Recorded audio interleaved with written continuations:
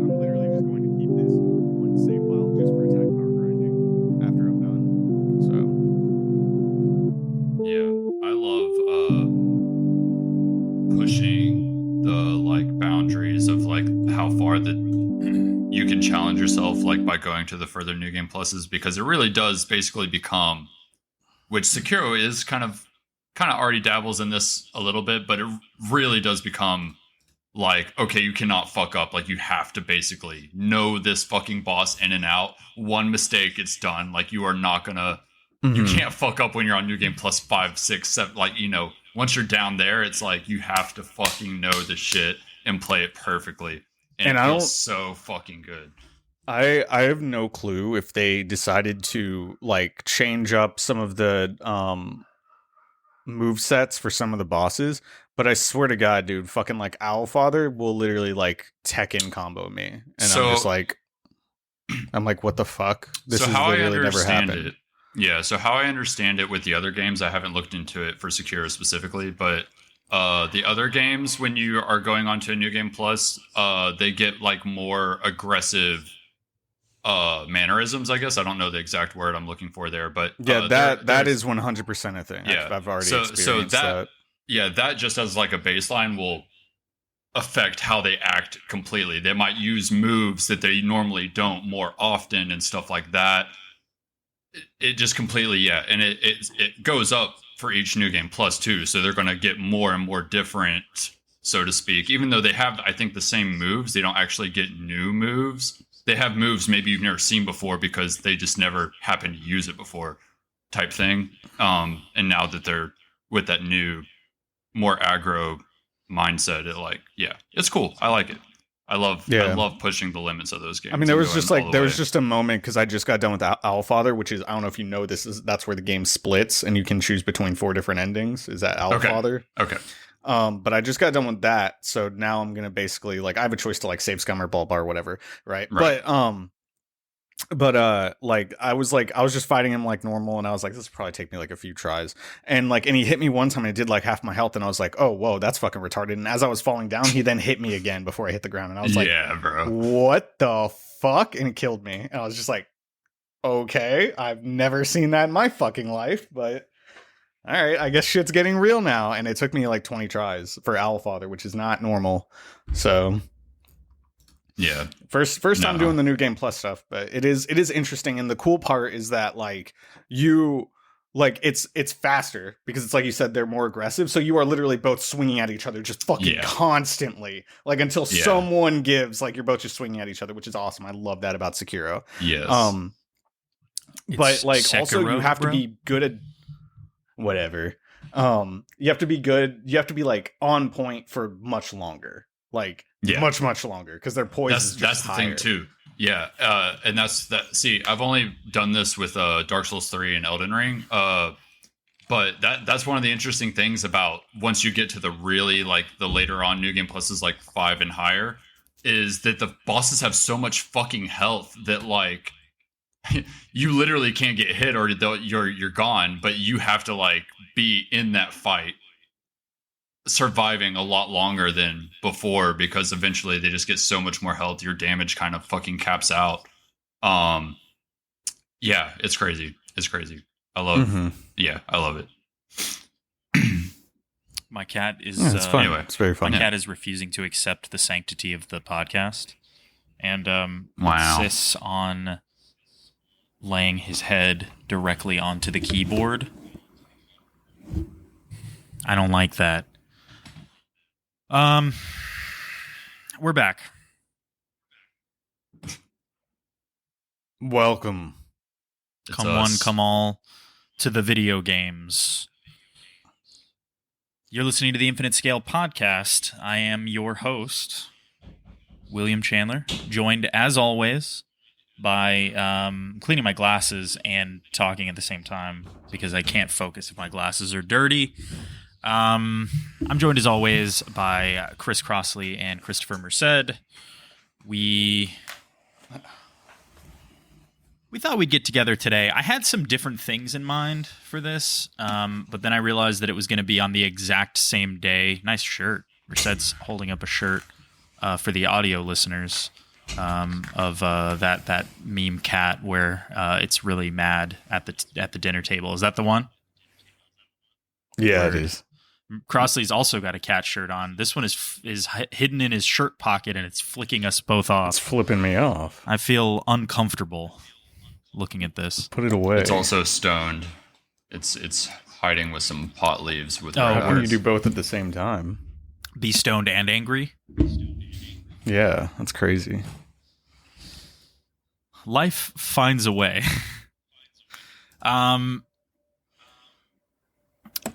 That's a magic card. Was it a Jurassic Park collaboration? Weird. Yes. So we're here. We just I would say what 30 minutes ago finished watching the Xbox games showcase. How you guys feeling about video games these days?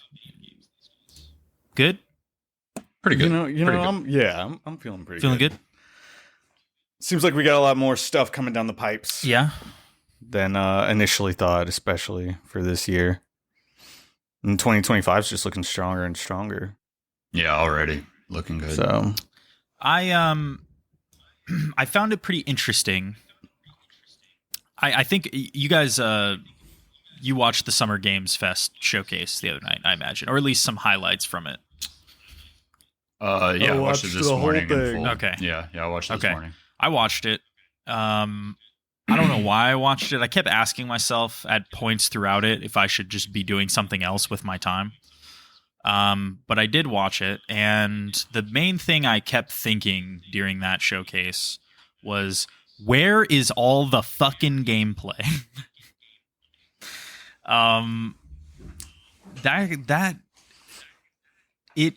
They were not interested in showing gameplay in that thing. I don't know if you guys felt the same. I mean, well, I know one of the parts that I was pretty disappointed at was the they were like, let's give them a new Batman game and it's gonna be VR, and I was like, big pog, and then they didn't show anything. That I was pretty disappointed about.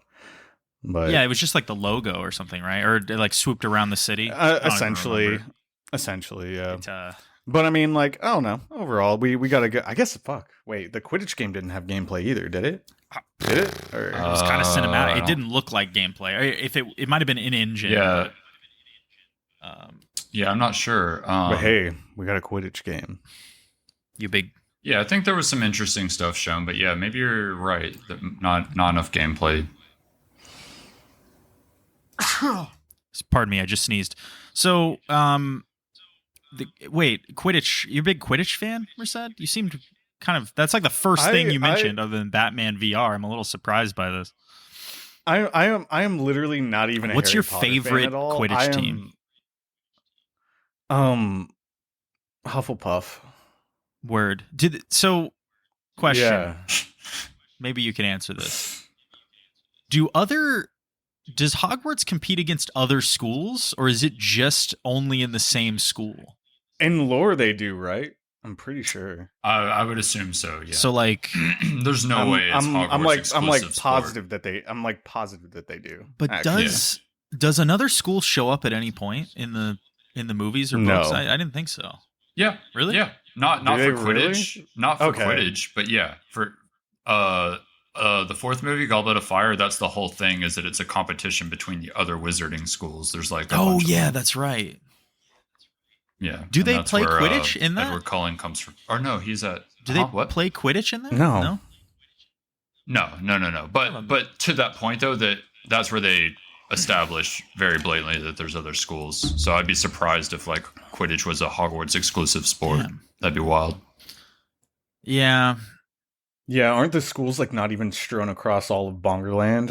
Isn't it like all the way off to like China and shit too? I was like, Yeah, they're really far away. What the fuck is Bongerland? One was like German, one was in China. Yeah, no, Merced's right. They were all like really now I far do know away. what Bongerland is. You're referring to, for those who are not up to date on your derogatory terms, Merced is referring to the folks of British descent as Brit Bongers. There's fucking weirdos that eat beans for breakfast. Oh, okay. Yeah. But no, I've always Don't thought Mexicans that Quidditch and would like be... most folks from the global No. south eat beans for breakfast also? No. Are you sure? Is it? I am positive they do not eat beans for breakfast. right. I've never even thought about that in All my right, man. life. You gonna look it up. I will. Give I'm it a gonna do shot. it. Keep talking. I'm gonna do it. Give it a shot. I've always thought that Quidditch was like a really, really cool concept for a video game, though, for real. Like, if they somehow were able to contort the rules to make it work, because as it stands in lore, it would be incredibly difficult to make a balanced game around Quidditch, you know? But there's application there for sure. Yeah, like if you could contort the rules to be, you know, why are you Chandler is laughing off screen right now. I'm laughing because literally the first result, beans. I wouldn't trust anything you find off of Google. Fine food group home blog. I don't know what that is. Beans. Google doesn't know shit about Hispanic people. Okay, bean use is a culinary habit that Mexican people have kept, serving these tasty legumes almost at every meal, from breakfast with eggs to lunch together with rice and meat, even for dinner as tortilla filling. Rice though. With rice for sure. Yeah, right. I think they're more often to have rice. I'll be real. I mean, with rice, 100%. I'm just saying, man. That shit's in every rice dish, except for like paella. That's like about it. I don't know, dude. I'm just saying. I think beans for breakfast itself doesn't have to be disgusting. It's just British people do not know how to cook. So they insist on just slopping some fucking baked beans and sausage onto your plate and calling it a day. Whereas like other... Have you witnessed their cuisine toast? It's a toast sandwich. We are so off track. What is there anything on it? I believe it's I believe that it's two pieces of toast, and in between those pieces of toast is a piece of bread. You can look it up. Oh, you're gonna look up my shit, but you're not gonna actually Google toast. I'm looking toast? it up. I'm looking it up. Yeah. It is real. It is real. It is real. A piece of toast. It's a fine cuisine of the bongers. Oh, god damn it. I wouldn't lie to you. Here, can you see this? I wish I could. Oh, there it is. Yeah. Oh, this is gonna be hella useful. This is nice. Toast sandwich. You see that, a Crossley? piece of toast sandwiched between two pieces of bread. Oh, there you go. I got it backwards. I'm very sorry. I must have offended like a lot of bongers. I just hope to God I got it backwards. Bongers. I mean, I don't know. It sounds like a slur. I'm gonna be honest, but I guess you can't. It does. It really does. Can't use a. It's not though, but it does sound. You like can't one. use a slur against British people. It's impossible.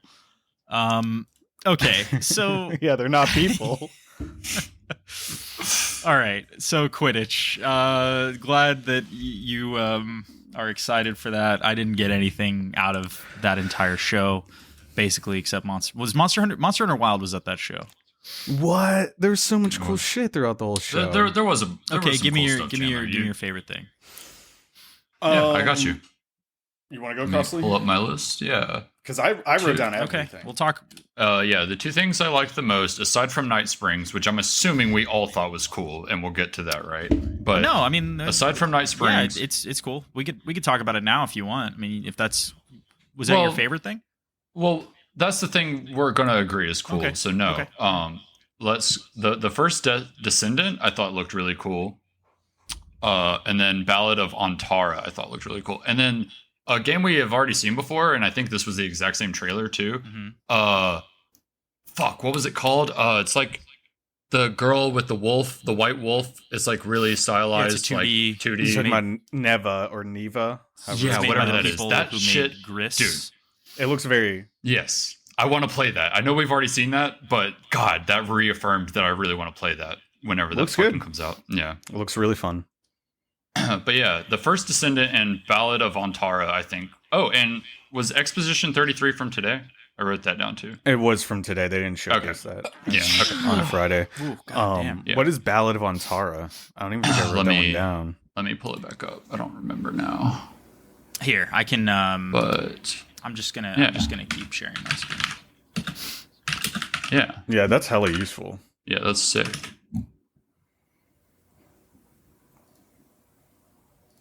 You want a link? No, I got it. We got Space Marine 2 extra stuff. I guess it's not really like a reveal or anything, but I mean, Space Marine 2 is looking sick. Okay, here. Yeah. Does this help? You mean a full screen? What?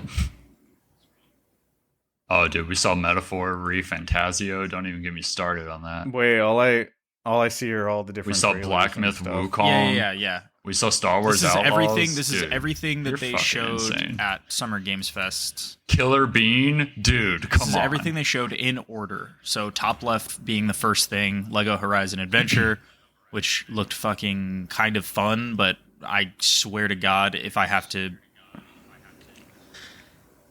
to acknowledge the Horizon universe anymore, I'm gonna fucking lose it. I could not care less about a franchise. It drives me crazy that Sony is like, Yeah, they've made 3 Horizon games in like 8 years. So much of this looked cool. I think you're actually Okay, crazy. all right. Like, the more I'm looking at it now, all in front of me, I like. Yeah, I wrote down. I like a much lot of shit. these. Yeah, I like a lot of these. Okay.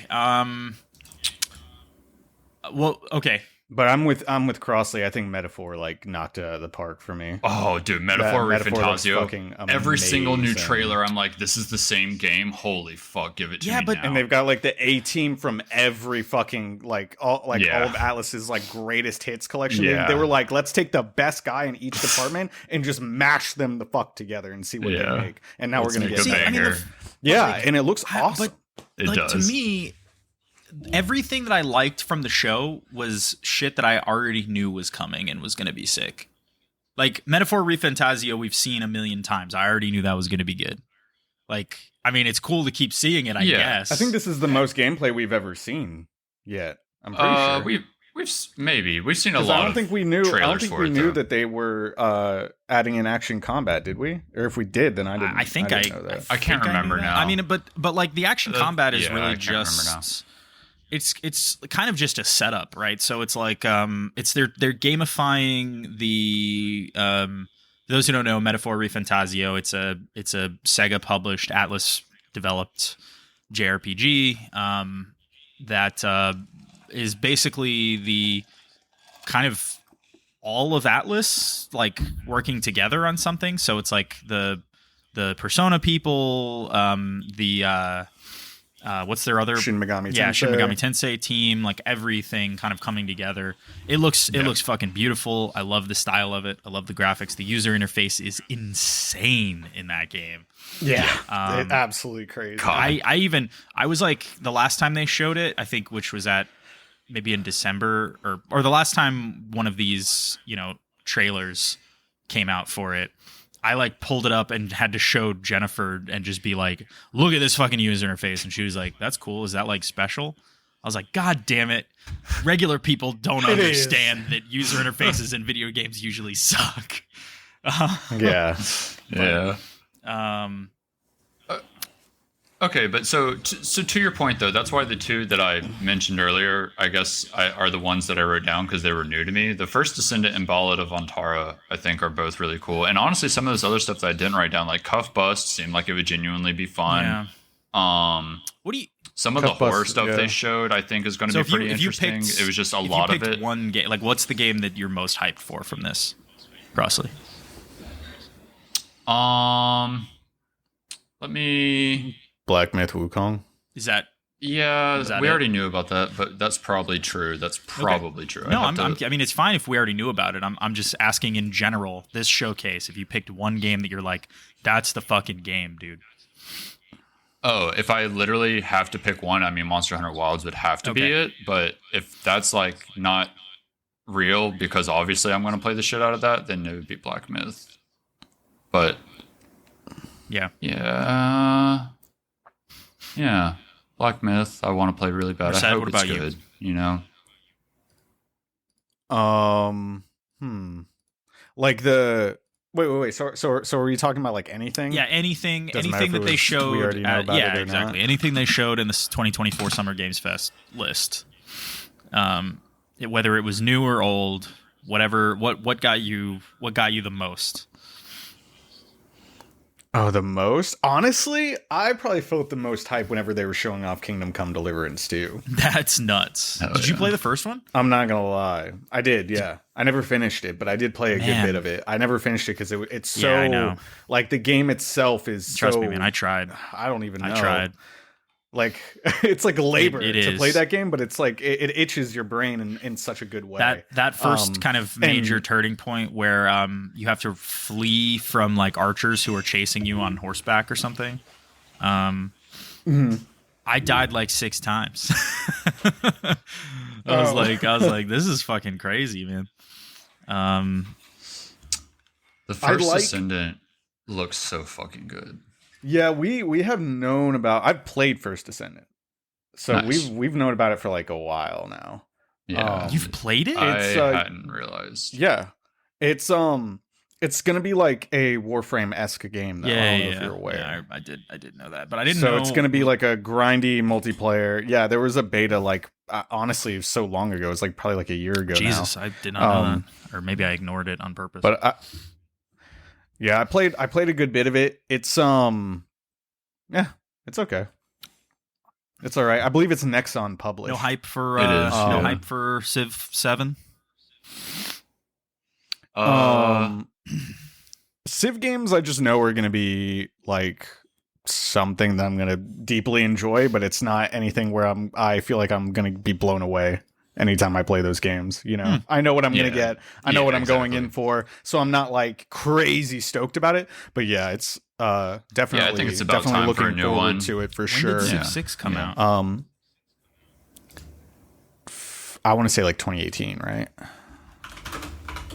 So much shit came out that really? year. 2016. I was about to say, I think it was damn. sooner, or older than that. 2016. That is- okay. So I just that's rewatched 8 the other years trailer ago. too. Holy shit. Ballad of Antara might actually be the one I'm most excited for over Black Myth. I didn't even write that Ballad one of down. So I don't Antara. know. Can we skim through the trailer? Sure. We don't even need the audio. I think just the visual refresher will be enough. I'm going to have to mute this tab, I guess. But I mean, it's kind of hard to see. I wonder if there's other. No, this was the announcement trailer, so I guess this is all we have right now. But it looks, I guess, almost like a cinematic Oh, good. I already Souls-like almost. I don't know. muted, so. Fog. How do I not remember this at all? I literally don't remember this. Oh, I do remember this. Okay, yeah. Yeah, you're right. I got like very Souls game vibes. They have a The fucking setting is it incredible. looks beautiful. It's like yeah, you're right. It does look really pretty. yeah, it's like unique, even though it is like a fantasy setting of some kind. It is like very unique. yeah. Definitely a Souls style. I mean, I say we use that term a lot. I guess to me, heavy action combat with an emphasis on dodging and parrying, to me that is a Souls-like. Yeah, just even the way the movement and stuff was kind of reminded me Yeah. of how things Wait, move that in was- a that was Souls so game. I don't know quick. how to. Somebody look up who's the developer of this. Hold on. Tips Work Studio, Infold Games. Yeah, INFOLD. Tips Word They made Games anything and before? Infold on Why the fuck? PS5. You guys see this YouTube shit? Why is this thing glowing? You see this? Yeah, Oh, what? it's done that for me for a long Really? time. Yeah. That's so strange. I guess they just roll out random ass God, features for different man, people. I that's don't know. so weird. Yeah, mine doesn't do Do that. not understand what they're doing. They made a game called Love Nikki. I have no clue what this is. What the fuck? Is that a logic reference? XQC clips. XQC reacts to Ballad of Antara announcement trailer. That's exactly what I want to see, dude. Is that dude reacting to something? I have to know how to feel about it, and XQC is the man for me. I'm not going to click on it. I'm sorry. I can't give him any revenue, even as a joke. Yeah, I think the only game they've made is Love Nikki, I guess. I'm going to say... And I don't know what that is. I'm going to say Civ 7 wasn't surprising, but it was the thing I was the most like, okay, all right. You know, like, I'm looking forward to that. Like, I'll really play that. Phantom Blade looks pretty cool. Have we seen more of that Dune MMO? No, only trailers from what I can understand. But I'm and that was just CG, wasn't it? We didn't even. That was get the second time they've shown a CG trailer for that. I think I will not be playing a survival MMO. So they've already. Yeah, I have me. no care for that game. True. Obviously, Alan Wake 2 is cool. I really liked the Skate trailer. I thought that was extremely funny and lived up to like the style of humor that those older games had as well. Yeah. I don't know if you guys saw that game, Kunitsugami. That one that they showed off, but it's like a single player action strategy made by Capcom. Yeah. It reminds me of it's like Dragon Age. Dragon Age? That's what the combat looked like to me. It looked like you basically got like a bunch of different characters, and then you could control all of them individually if you wanted to in real time combat. Yeah, I guess you're kind of right about that. I was just, I don't know why I kept thinking of like the world reminded me of what's the fucking dog game with the paintbrush? Okami. Yeah, I don't know why the world I kept thinking of Okami. Yeah, visually and everything, definitely nothing like Dragon Age. Yeah. But the game, watching the game play out, like I'm all for it. What was the name? And it comes out next month. Kunitsugami. I'm pulling it up right now. Yeah, I do. But I'm definitely giving it a shot, dude. Capcom's on a roll. Oh, yeah. Kunitsugami Path of the Goddess. Yeah. Dude, cannot wait for this fucking game. Yeah, that looks awesome. Holy shit, I cannot wait for this fucking game. It got you that much, huh? Okay. Yeah. Oh. I mean, I like the style of Oh, it. yeah. No, this is one of the ones that when I first saw it, I was like, I'm going to play that. This is my first time seeing it, and I was like, it just looks look cool. I mean, I remember thinking the first trailer they showed, I really loved the visuals of it, and I still think that is the strongest thing for me, is just how strange everything looks like. Yeah, it's got a really unique identity. They're swinging for the fences, which I really appreciate. I like to see new stuff by Capcom, period. So it's just like that. They're doing well. Yeah, they're doing I'm really well. excited. If they want to make a new IP, I'm down. I don't know. The gameplay looks odd, but it is cool. But you see what I'm saying with like, it gives me Dragon Age vibes the way that I don't see that at all. I'm going to be honest. That's not necessarily the vibe I get. But I do think it looks good. Like even I agree. I even the camera angle is like a little odd. Like if you look at this gameplay, it's like not quite offset, but like there's not really like when they're doing the gameplay stuff. Look at this. Like it's like almost like a platformer camera.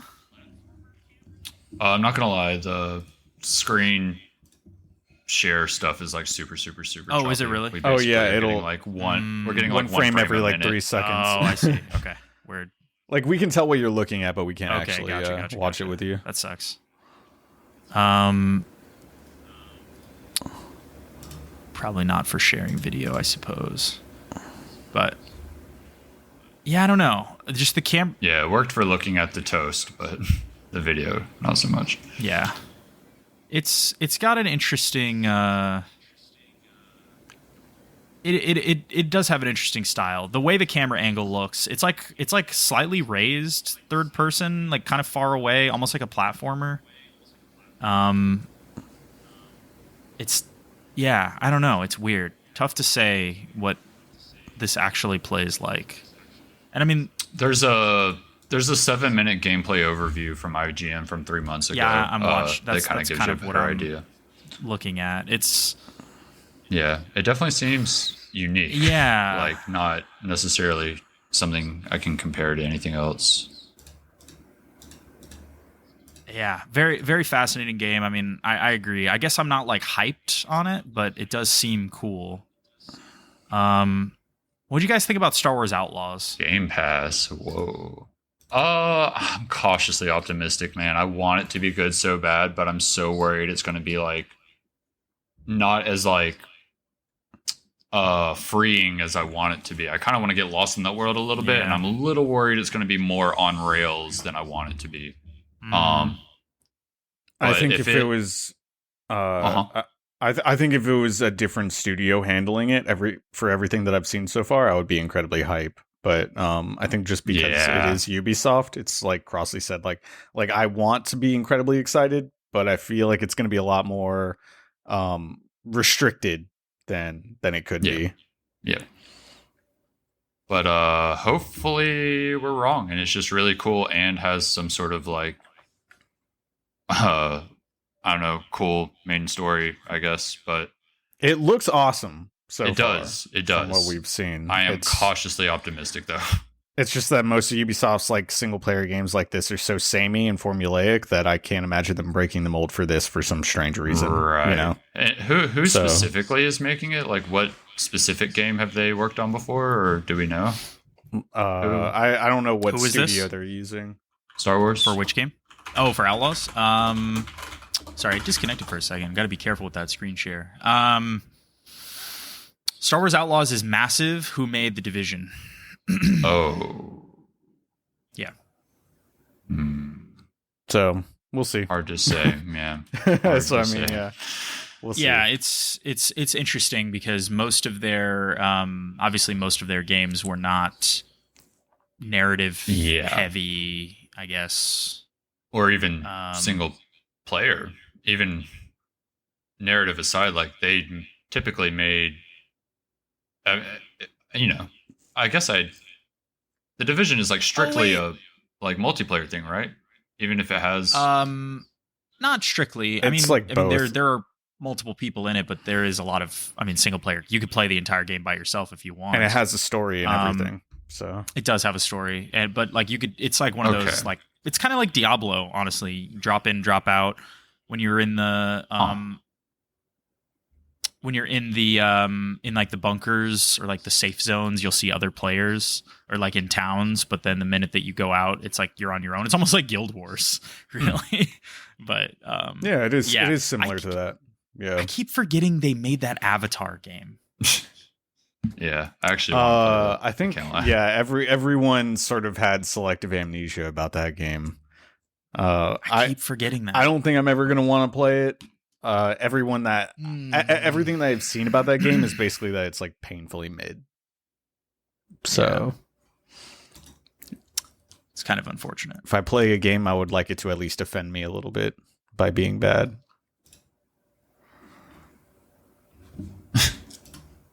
I don't know. How are you feeling about that Phantom Blade Zero game? Pretty good. It's fine. Yeah, I actually that's one of the ones I'm going to be keeping an eye on as well. I think it looks solid as fuck. It looks really, really good. Yeah. I don't think we have a release date for it yet, though. I think we're still no. I think we're still waiting on that. So God knows how long that's going to take. Yeah. But we did get a Death Stranding game called Cairn. A Strand-like? Holy shit. We have a Strand-like coming out. That game that game looked good. I'm not going to lie. It did look good. Yeah, I had a note that the only thing I don't like about it is the title. I fucking hate the name, but whatever. It's fine. Cairn? Yeah. No, I don't like it. You have totally misjudged what that game is. What are you talking about?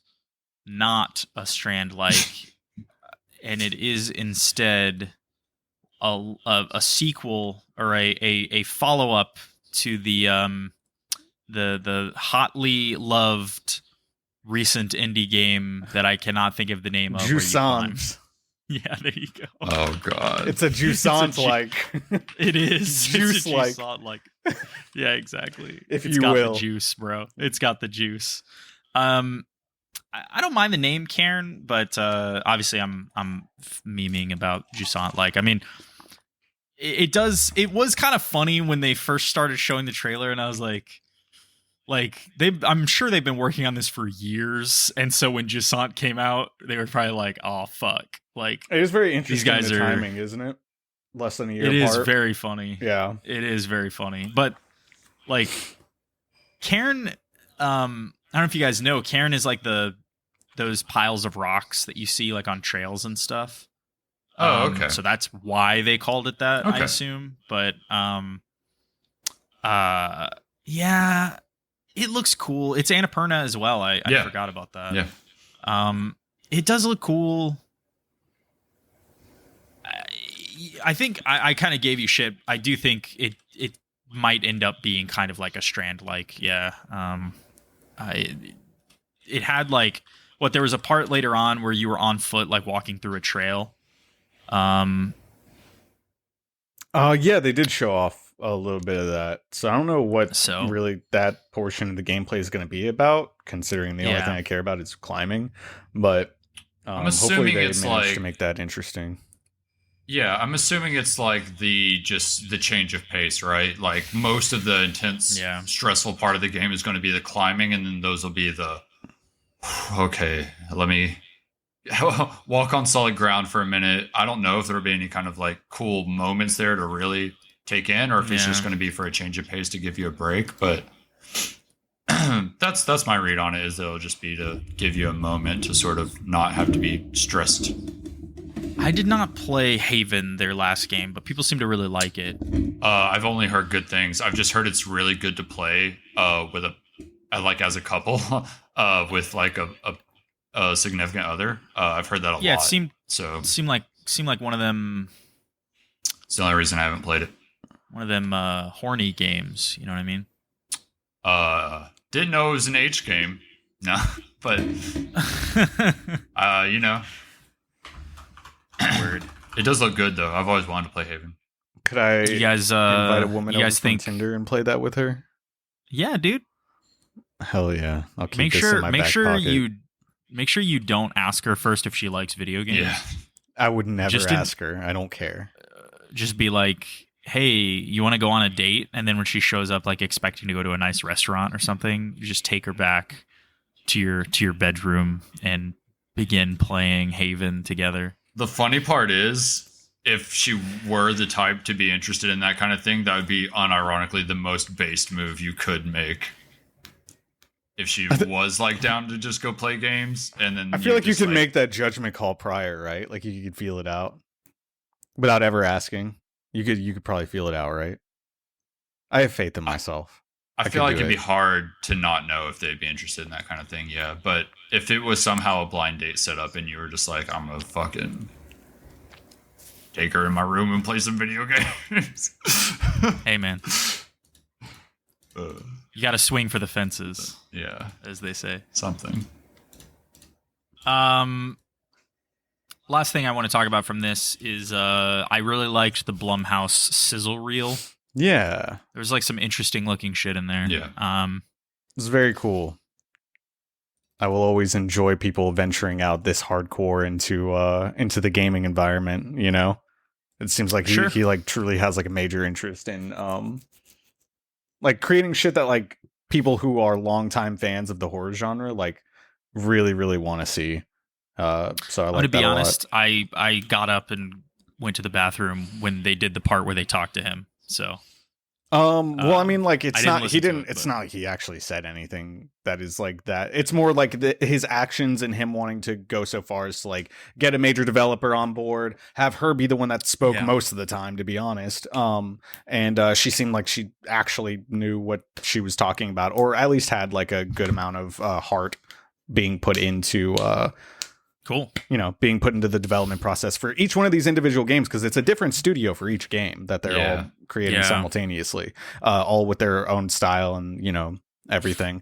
I thought every single one had its own flavor of horror, which I thought was fucking awesome. So I'm excited to keep an eye on. Yeah, that was one of the more exciting parts for me. I was like, oh shit, these are all genuinely interesting for different reasons almost. So yeah, and I think she nailed it when she was talking about like what makes horror exciting and interesting, and it's more so just like how wide horror can be as a genre, not just for films but for video games as well. And that's something that truly video games have been missing in the horror genre period for the past like couple decades, is venturing out and mixing horror with all these different genres of that, you know, can create a unique And experience. it was like a really diverse set of games, like different game types, different gameplays, lots of different tones. So yeah, it seemed cool. Okay, so Summer Games Fest, you guys a little hotter on it than I am, but definitely some cool looking stuff. Let's talk about the showcase. Like we said, we ended the Xbox showcase a little bit ago. Watched it together, so I kind of generally know how you guys feel about some things, but what was your highlight? Give me your number one from that show. Probably, honestly, Expedition 33, just because it's new. Oh, okay, cool. You know? that was the only one I wrote down. So It's new. Are you serious? yep. Wow. I mean, there's plenty of stuff I cool. liked, but like if you're asking me the one that I'm most excited for is that one for sure. It's definitely a tie Interesting. between that and Perfect Dark. Because depending on the direction that Perfect Dark ends up going in, if they really embrace that immersive sim, I am a sucker for immersive sim. So if you just make one for me, I'll eat it up. And it looks like that's truly what they want to do, at least from all the different like gadgets and stuff they were showing off, having the parkour elements. Seemed like there was multiple ways to get into the apartment. So yeah. But just generally speaking, a lot of stuff seemed really cool. I mean, Indiana Jones honestly seems pretty interesting. Gears of War, I'm excited about. We'll see more, but that Doom could be cool. Avowed, that Diablo 4 trailer was pretty insane, and you know, I got burnt out on Diablo 4, but I definitely didn't dislike that game. So I'll always, you know, there's a part of me that'll probably go back to that one day, I guess is what I'm saying. And that trailer almost made me want to. Almost. Assassin's Creed looks good. Stalker 2 looks great. Fucking Perfect Dark looks good. Fable, question, we'll see. Really quick. Yeah. How do we think, so like we bought Diablo 4 before it was on Game Pass. If they're selling an expansion, how do we think that works? Like, do we get it through Game Pass? No. But then That's never happened. You don't think so? It's never happened never before. done that. But the way that they're like showing it off at the showcase made me think that that's a possibility, that they'll just have it integrated within the game and it won't be like a paid for DLC. But okay. Who knows? If I had to guess, we're still gonna have to fucking buy it regardless. Okay. Yeah. What part of it made it seem like the DLC would be in Game Pass? I missed that. I didn't get that read at all. I thought maybe did it have like a day one with Game Pass or something after it or whatever? I don't remember, but I don't remember that. But that trailer really captivated me, so I wasn't really thinking. I kind of agree. The trailer was pretty nuts. Yeah. I was they no one does. Yeah. It was on par with like the Blizzard. opening of Diablo 4, which was fucking metal as shit. Like It was crazy. Yeah. So that was Blizzard just needs to make video games. Or What? fucking movies is what they need to make. They also need to make video games. They do need to make 'cause they have video not games. been- They're not doing They have it. not It was been a doing a valid very good statement job. no matter what. They come on, Blizzard, get back to making video games. One thing I think that we kind of glossed over for the summer showcase on Friday was I thought that it was really, really neat that the Among Us developers ended up creating the Outer Sloth publisher studio. I thought that was really fucking neat. Yeah. Yeah, It is cool that they're doing that. Yeah, like they just decided to let's take like a portion of the money that we made, which is fucking, of course, God knows how much fucking money they made, and A lot. Yeah, and they were just like, let's use this. I believe they specifically stated, because I did write it down, that is also a crowdfunding publisher as well. So you're like the ability for a lot of people to also donate money to Outer Slots so that they can fund indie developers. And I think overall the like holistic goal is so that these people can make their games and get paid no matter what, regardless of how well these games sell. So hey, I thought that was fucking awesome. It was, and kind of similar with the horror, like fucking montage. It was an interesting, like, you know, mix of stuff that I think will appeal to somebody. You know, not all of those appealed to me per se, but they were all interesting ideas, and I'm cool to see guess- what else could come from that for sure. If that's that, to me, that was like the main theme of that show was, hey, small to medium sized games are back, baby. Like that was like the Summer Games Fest show. Whereas I would say the Xbox Showcase, I mean, there was definitely some small to medium games in there for sure, a lot of them, but I would say in general the Xbox show is like the most, AAA, like we're fucking Xbox and we're putting a lot of money into this stuff. Yeah. Kind of vibe. Like Perfect Dark, that game looks expensive. Yeah. It was you're definitely right. It was almost like I feel like I hadn't seen that in a while. Maybe I just can't remember, but it was like almost refreshing to see a bunch of like crazy Xbox games again. You know what I mean? Like, yep. I feel like we haven't gotten that in a minute that I can remember. It was really refreshing. Even the stuff we didn't see gameplay, like Fable, which I don't think we did, but no, well, it's cool to know that those things are still happening, I guess, and we're gonna get all these games, for free, finger quotes, on our Burger Pass. Yeah, it seemed like the vast majority of the games were going to be coming to Game Pass, which is all the ones I cared about said that for sure. Yeah, all the ones that appealed to me said it. So let me give you the stuff I underlined. Yeah. Flintlock, Siege of Dawn. Yeah. Seemed cool. I thought that game looks fucking cool. Yep, seemed cool. Yeah. I did not catch the developer on that. Did you guys? Did I write it down? No, I did not. Here it is. I'm pulling it up. It is from Game Studio A44, makers of Ashen. Really? You guys remember Ashen? Yeah, I didn't play it. I don't remember Ashen at all. People thought that game was okay. Yes. Yeah. Seemed okay. Huh. I mean, Flintlock We all just got to start somewhere. Looks like a fun third-person action game. Yeah. Looks like it's got a lot of polish to it. Look cool. You know what? It actually gives me more hope that it's the studio that did Ashen, because they really got to kind of test out that style of combat in that game already. You know what I mean? They gave it a shot. I mean, it wasn't a slam dunk. Yeah, learning experience. Yeah. But that's cool. And that game comes out really soon, July 18th. So. Oh, did you guys know the PC gaming show is in 20 minutes? I didn't know that. Well, if we're still recording, then we'll just do a live react.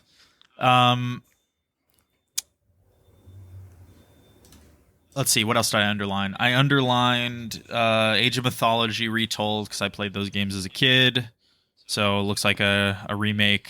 I assume it's this Age of Empires 4 studio that's doing that. I did not confirm that. Yeah, if it's a remake, it could be anybody, I guess, really. But yeah, that's true. But I mean, they have that studio in-house, so it'd be really weird.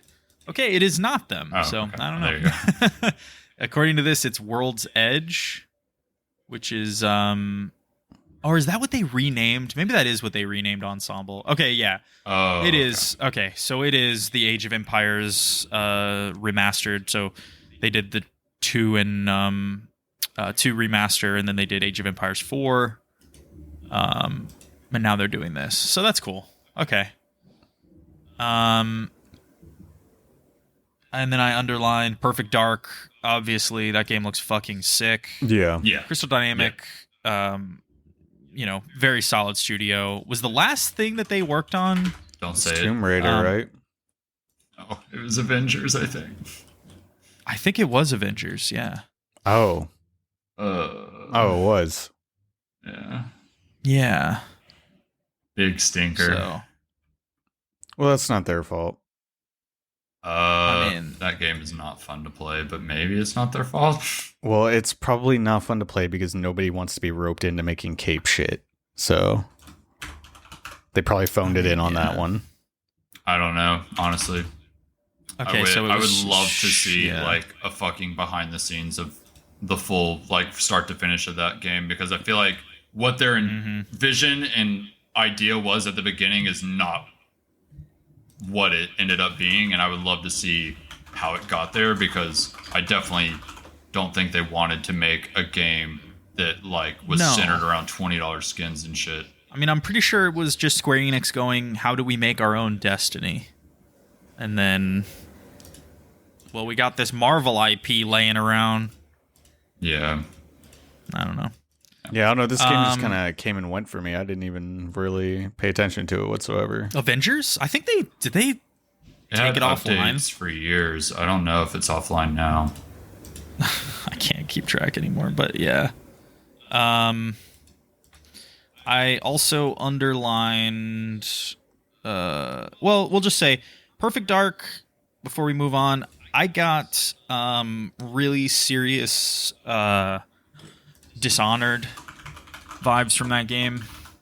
Yeah, a little bit. Yeah, for sure. I can see that. No powers, obviously, but like they have a very like stealth focus. Seems like shooting kind of as a last resort. You got to be careful, what path you're taking. Kind of sim light gameplay.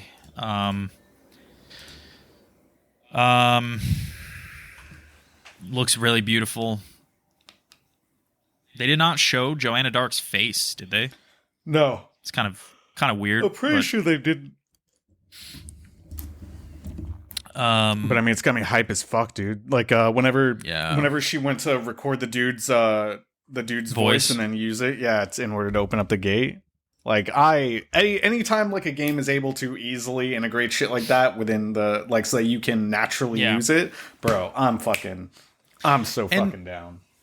They kind of like Dishonored or Hitman. There was like an open world town area where you could kind of choose your way into the actual compound or where the objective was. You know what I mean? Yeah. Like that stuff. I mean, that's cool. It's not so it shows. It might be linear in the sense that it's like specific maps, but at the very least, you can choose your route to the objective and stuff like that. Love that shit. I have Fable underlined. Hell yes. Really like that trailer. Looks funny. I think so. Honestly, I think so far all we've gotten is like gameplay for walking. I don't remember there being much else. Yeah, they showed some walking around, but they didn't really show any. No combat yet, at least from what I could tell. So, I mean, hopefully one day.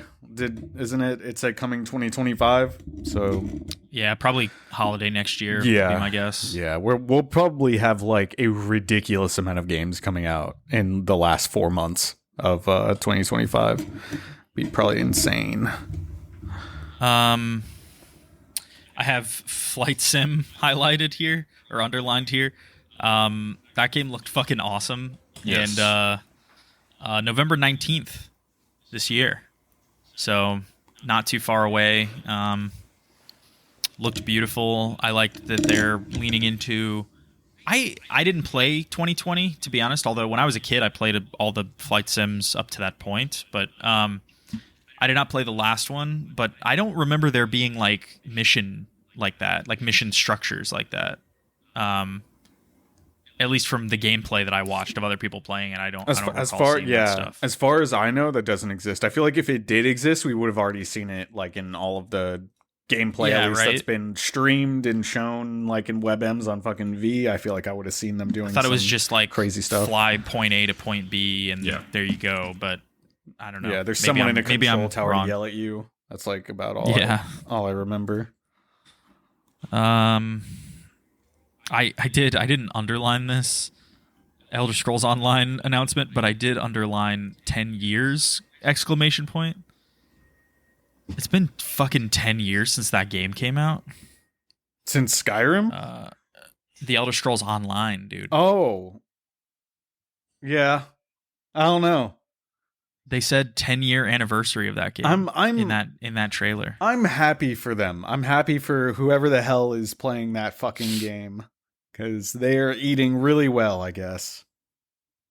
Hopefully. I hope they're doing well. That's unbelievable to me. Indiana Jones, I underlined. I'll trust anything Machine Games makes, except for that multiplayer Wolfenstein game was kind of shit. But other than that, Yeah, they I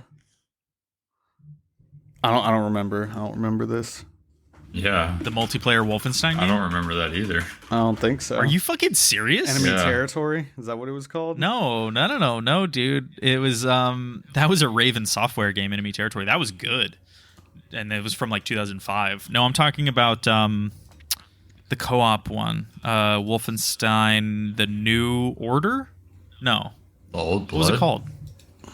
Nope, Old Blood was a DLC. Come on, guys. Bro, I don't know. I have no fucking clue what the hell you're talking about. Are you fucking serious? There is one called The New Order. I know that. No, sorry. It's Wolfenstein Young Blood is what it is. God Oh. damn it. I've never heard of that. What is this? I want to say... Bro, it's got mostly negative reviews. Why do you care about this? Oh my god. Because they fucking made it, dude. That's why. That's the whole point of what we're talking about. Oh, you fucking lost me in all these fucking Wolfenstein games. I lost the plot. Yeah, this game is apparently fucking garbage, bro. Oh my fucking god, dude. And yeah, man, that was like the last Wolfenstein game, and I can't believe it was so sad too, because it was like a 2-player co-op game, and it was a sequel to the new Colossus. Like they How did like they fuck it literally the two girls that you play as are BJ Blazkowicz's daughters. They're like sisters or whatever. Interesting. And So he's what- like an old man in it or something. I don't remember. up? Like, what's wrong with it exactly? The structure of the game was poorly conceived. It's a co-op game. It's like a hub and spoke kind of world design where it's like you Like Remnant. you have like a no. Damn. I mean, I guess kinda, but no, it's like you have like a hub zone where that's like open world, and then you kind of go into like more linear missions from there. Like Elden Ring. No, I don't know. But yeah, it's just it was a bad design for that game, and the missions didn't seem that interesting. I don't know. I cannot believe neither of you knew that game came out. That's I fucking truly unbelievable. don't think I have ever heard of this game in my life. Seriously. I'm like tempted to say that I played it with you, Merced. I feel like it's possible. It is entirely possible. This game is apparently really fucking bad. So, oh my god, dude. Yeah. What year did it come out? oh, dude, this game has a buddy pass. More games need to do that. That would be Yeah, it does. That's true. yeah. This game is all right in my book. We could give it a shot. I'll send you my buddy pass, man. Do you own it? You own this game. I do. My I god. do. I bought it on sale at some point, and I remember playing it with someone. I don't know who it was. I thought it was you. Maybe it wasn't you. I don't think know. so. Would it give me hours if I don't own it? I have Would it tell no me? fucking idea. I don't know. You would think it would, but Man, July 25th, 2019 was when that came out. That wasn't even that long ago. that was 7 years ago. What? No. No, it was not. Shut the fuck up, dude. I was like, what year is it?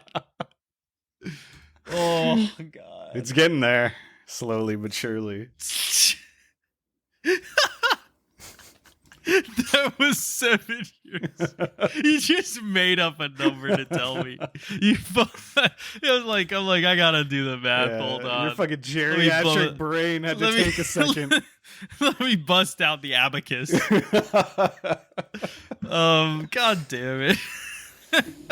Well, You remember 2019? That was 43 years ago. Holy shit, guys. Okay. I have faith. This is what one stain on their record for the past like decade of games. They've been doing pretty Yeah. well, right? So Yeah, this time, I mean, last time they really focused on like the first person gameplay kind of, cuts, like fast cuts. They did that at the end of this one, and it still looks awesome, but they focused on a lot of the cinematic stuff this time in this trailer. And I thought it looked really good, honestly. I mean, it was kind of funny just how long it was. Like, you're like, okay, this is like a Metal Gear cutscene. Yeah. But I they nailed it. I mean, if it was an Indiana Jones movie, I'd watch it for sure. So I agree, 100%. Feels like Indiana Jones so far. I don't know if I'm entirely like a huge fan of the first person perspective that they wanted to go with. I kind of know what you mean. I think it's what they've done before, so I get it. But yeah, after the cutscenes and then it going to the first person gameplay, it just feels like two separate games almost. It does. Right? It feels like, yeah. It's yeah. I know what you mean. I do. I agree. Yeah. I think it'll. Yes. I think it'll probably work out. And feel fine, but.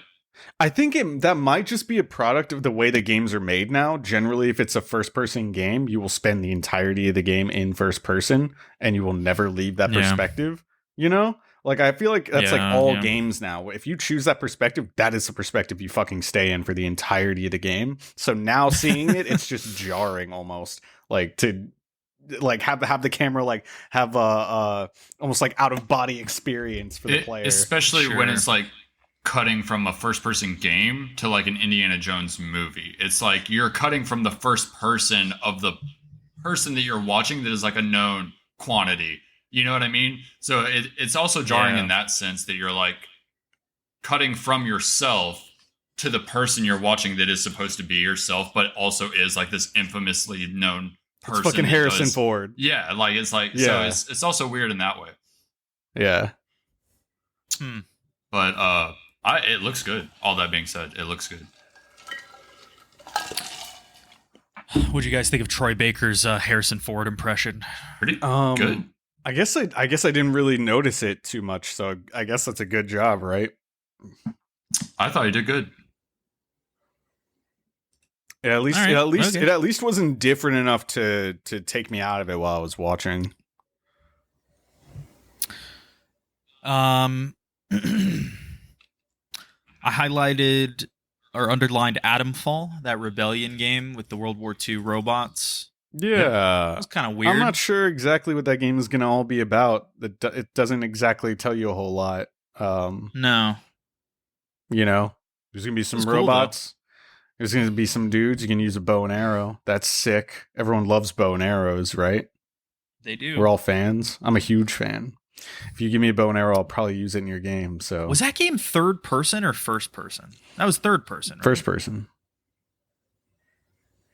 Why do I not? Oh yeah, you're right. Yeah, that's right. I remember seeing him use the bow and arrow. That's right. Yeah. Okay. It was all first person. It gave me almost like Bioshock-esque vibes, watching everything move around and like the little clunky robot and everything. Dude, you thought for sure it was fucking Atomic Heart. I really did. I was like, it looked, man, this is not Eastern European enough. It gave me those vibes, dude. Whenever I saw those people just like dressed in what looked like tribal garb, I was like, oh shit, we got to go back. Like these people are behind by like 80 years in technology. We have to be somewhere in Europe, right? So. But they got me. They got me.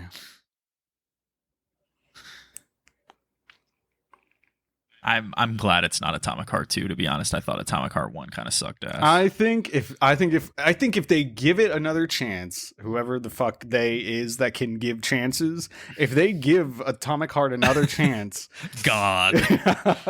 And let them cook in the oven for a little bit longer, and have better translators. I think that there's something there for real. Okay. So yeah. The last two things I have underlined. I liked these so much I didn't even underline them. I put them in boxes, bro. Stalker 2: Heart of Chernobyl. Oh my god. September 5th, 2024. It's looking good. It's going to be the greatest day of my entire life. How far away is that now? It's June, I don't know, 9th. It's September, so you got like 3 months. Yeah, dude. Yeah. You got 3 months. Do you know... The Muffin Man? Do you know the Muffin Man? Do you know that when I was a wee lad in like 2007, so I don't know, how old were we in 2007? Like 13 or something.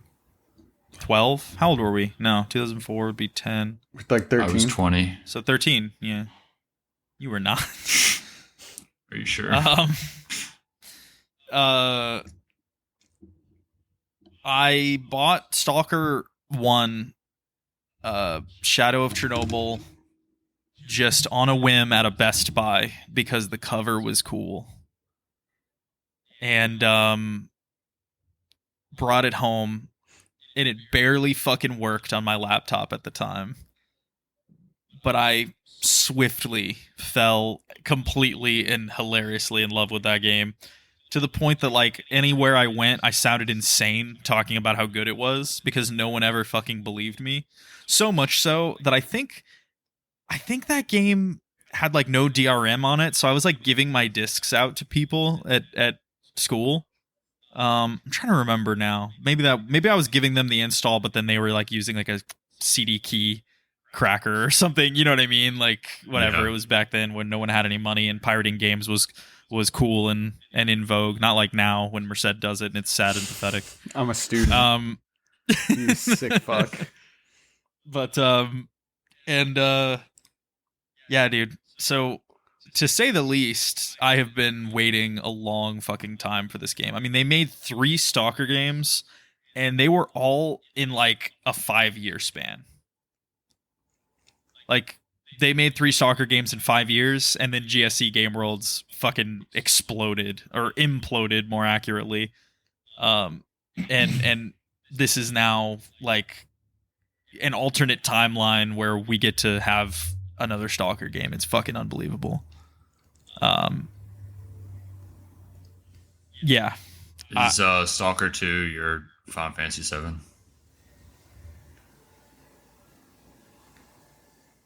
Yes, it is. I'm happy for you. Except, I mean, it's more like my Kingdom Hearts, I guess.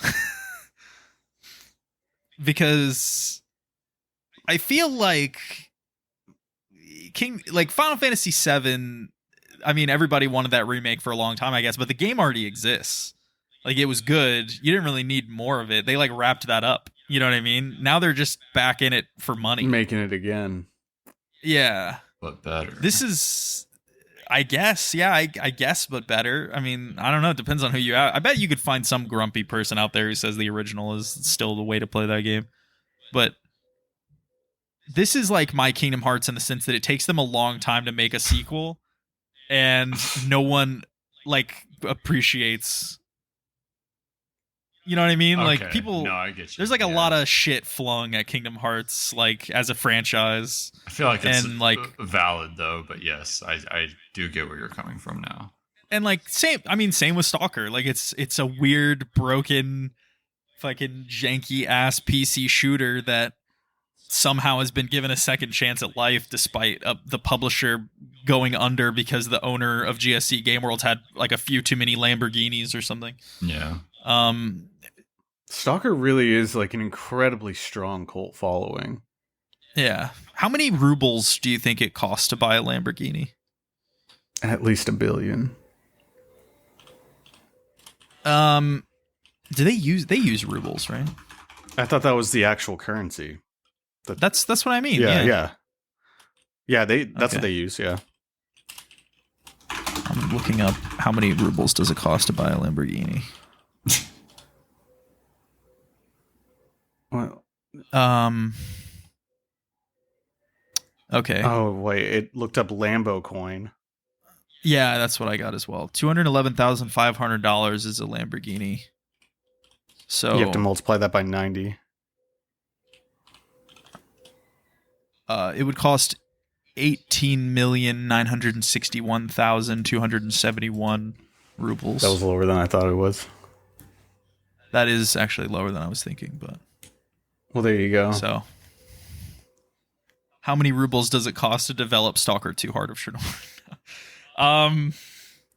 And then lastly, I put Gears of War E-Day in a box because that trailer hyped me up so Let's fucking go, unbelievably baby. hard. Yeah. I can't even believe it. They knew what they were I'm doing. really, honestly, please no open world. Can I say that? Are we all in agreement? Yeah, with that? 100%. I don't care about open world, and 99% of games that have open worlds do it poorly. So just keep Crossley, it.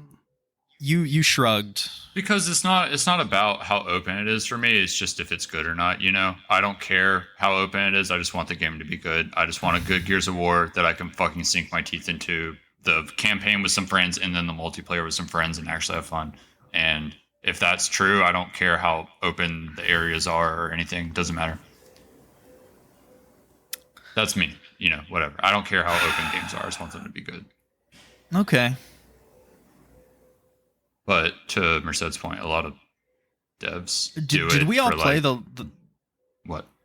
What's that? I was gonna say a lot of devs like do it for, I don't know. I don't want to say no reason, but for no beneficial reason to the gameplay itself. It's like, I don't know. It's almost like, okay, we have more data now, so let's just make more space. I think it just Yeah. looks better to shareholders. I'm not going to lie. I think when you say It might, open yeah. world, I think it just looks better to the higher ups in charge. So, Gears 5 was the last one, right? yes. Unless you count Gears Tactics. Didn't Gears Tactics come out after that? I'm actually not sure, Yeah, but I don't think I count that, to be honest. That's a great game. It is. Yeah, I actually think Gears Tactics is better than Gears 5. You're crazy. How is that crazy at all? Gears Tactics did come out after Gears 5. Damn, Gears fucking 5 came out in 2019. 8 years ago. That's fucking insane, dude. feel old yet.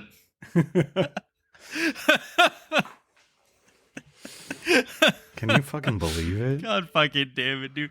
Really? But they Send that to Jerry and be like, Gears 5 came out 8 years ago. Isn't that crazy? God fucking damn it, dude. But- yeah, man, so my Gears 5 story, I'm pretty sure Crossley we were recording back when that game. No, I guess we didn't start till 2020. Yeah, I was not. My problem with Gears 5 was that I had a progression bug. So I got to a part like several hours, maybe like 4 or 5 hours into that game where the game bugged out and I could not complete an objective. Like no matter what, I would go to the place that it told me to go to and the game would not proceed.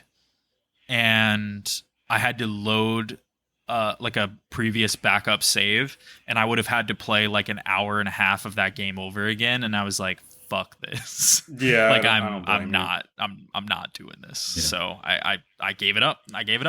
But like If you the open world stuff, that's why I say please no open world, because the semi-open world nature of that game was half my problem with it. Like it did not why was I driving around in this skiff? I don't need that. Don't just get me to the next mission. It's fine. It's really okay, guys. Not everything needs to be wander around in an empty environment like God of War style, which by the way, in God of War, also not that great. I mean, it's better because they give you more side stuff to do, I suppose. I feels think like I they like really how God did of War. Go ahead. I was gonna say, I feel like in God of War, they do their best to mitigate the things that tend to come with having an open world. So things like traveling back and forth to like location to location, they tend to just have everything just like all tied together very nice and neatly. And when you need to go to another location, then you just get in fucking the weird Ratataskers doors. Yeah, and the stuff. World Tree path. Yeah, you run through the doors and immediately you're at the location that you need to be at. Like that's basically, you know what I'm saying? I was going to say, I think they do it right as well. You have the whole open world there for you to engage with if you want to, but then also the main path is right there in front of you at all times, and it is easily accessible. There is no like, I got to go through this fucking bullshit just to get to the fucking objective I'm trying to do or whatever. It's like Merced's saying, you just fucking walk through the door and go, and that's for I think they do it really well. But the thing is that like it's like Chandler is saying, it seems as though, or I think that this is what he was trying to get at, is that when you do make an open world game for a lot of these settings, it tends to like Just be automatically fluff. it tends to automatically come with a bunch of different things that you don't want in your game at all. So like They having get to in the deal way. with yeah, like having to deal with traveling and everything, like that's a major component of open worlds, of course. And for a lot of different types of games, depending on the setting that you're in, you can't just like fantastically like wander away all these things like God of War does, where you go through these like teleportation doors and Right. you're automatically at a different place. Yeah. For And a it lot of makes these sense and settings, you feels have natural. to have for a lot of these settings, you have to have that intermediate like time where you're either getting into a vehicle or you're riding a horse or you're doing all this stuff so that it doesn't completely break the immersion of the game or the world of the game. So like anytime a lot of these games are like, hey, we're going to go open world, then all of a sudden you're going to assume it comes packaged with all of these different elements of an open world game that are just not that fun, which like, to be honest, going to a fucking like Ubisoft style tower, or even like the way the Elden Ring does it, where you just go up and you touch a fucking stone and you get a map and then all of a sudden you know what this whole area is, things like that, like it's not really that fun, and having to do all that kind of stuff is I would venture a guess to say is not fun for most people. It just happens to be something that they're willing to deal with to have an open world game, right? So just like fucking imagine anyone who played Gears, I don't know, 2, which I guess is probably the best one. I mean, I don't know, I go between 1 and 2 being the best one, but I think 2 is a great game. So imagine somebody played Gears 2, and in Gears 2, Gears 1 even, there's a lot of moments where you're moving from location to location in like the APC or whatever, or like some kind of vehicle, right? Imagine who fucking played Gears 2 and was like, you know what this needs? All the parts where you drive to the next spot. Like, what? I mean, what are we doing? Like, I understand that, like, games started becoming obsessed with downtime. Like, they wanted, like, pacing or, like, opportunities for the characters to interact outside of combat. But, like, I mean, I really don't think that was what made Gears of War... Like, Gears of War was a great game franchise. It definitely didn't lack character interactions, I guess, that were, like, meaningful in that context.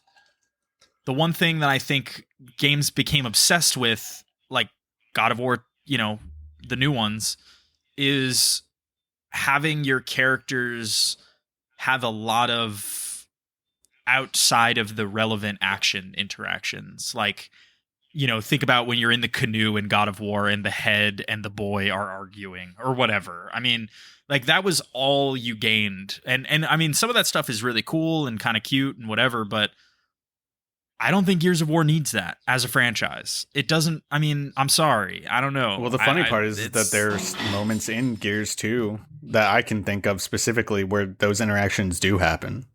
True, like right in between combat. Yeah. In a linear mission when you're like kind of moving around. Yeah. They didn't need to add the whole drive from one area to the next. I mean, they just didn't. So I really don't want them. I want them to back away from that type of design and move back to the older stuff.